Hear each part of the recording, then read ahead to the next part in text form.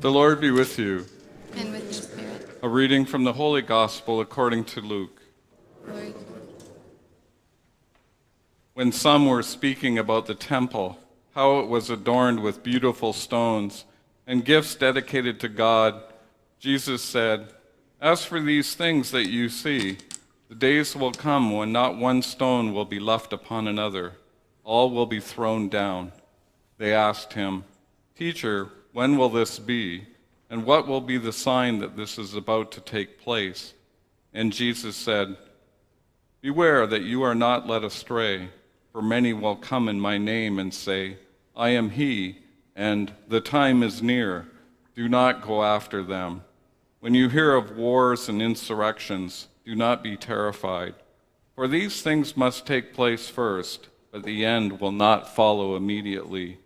Then Jesus said to them, "Nation will rise against nation, and kingdom against kingdom. There will be great earthquakes, and in various places famines and plagues, and there will be dreadful portents and great signs from heaven. But before all this occurs, they will arrest you and persecute you. They will hand you over to synagogues and prisons, and you will be brought before kings and governors because of my name. This will give you an opportunity to testify. So make up your minds not to prepare your defense in advance, for I will give you words and a wisdom that none of your opponents will be able to withstand or contradict. You will be betrayed even by parents, by brothers and sisters, and by relatives and friends, and they will put some of you to death. You will be hated by all because of my name, but not a hair of your head will perish. By your endurance you will gain your souls." The Gospel of the Lord. Praise to you, Lord Jesus Christ.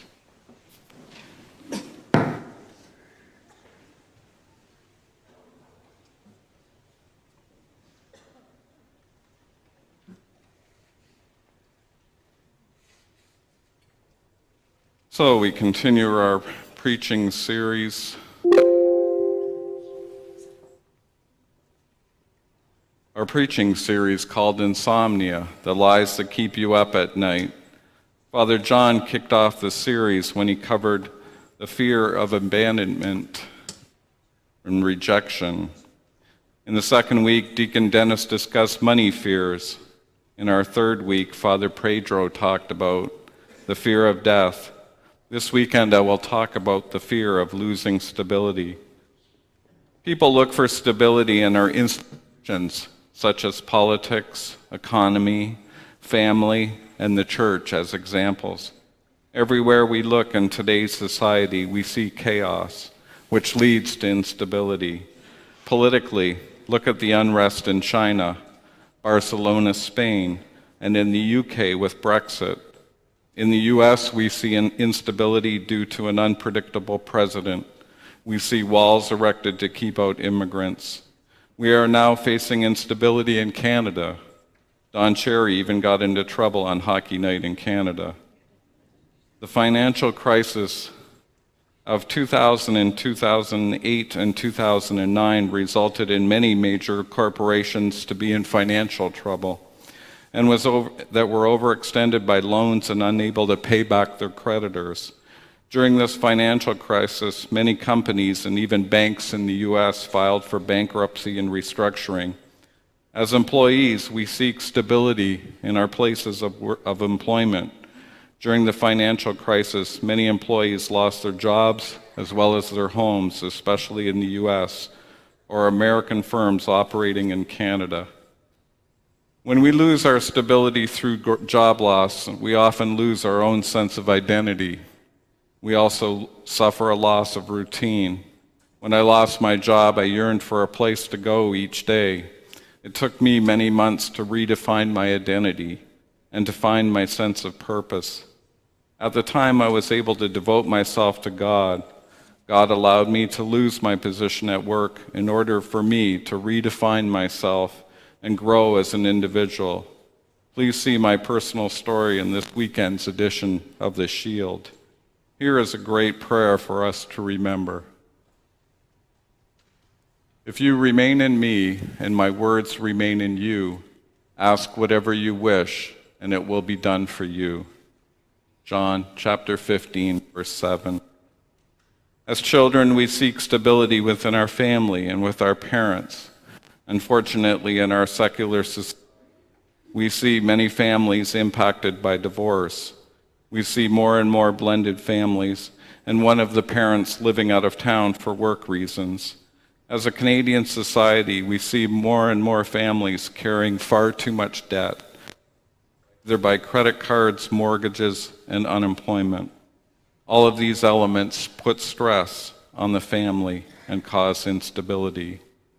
When we face adversity in our lives, think of this prayer. Commit everything you do to the Lord. Trust Him, and He will help you. He will make your innocence as clear as the dawn, and the justice of your cause will shine like the noonday sun. Be still in the presence of the Lord, and wait patiently for Him to act. Don't worry about evil people who prosper, or fret about their wicked schemes. Psalm 37, verses 3 to 7. One way we seek stability is in the church.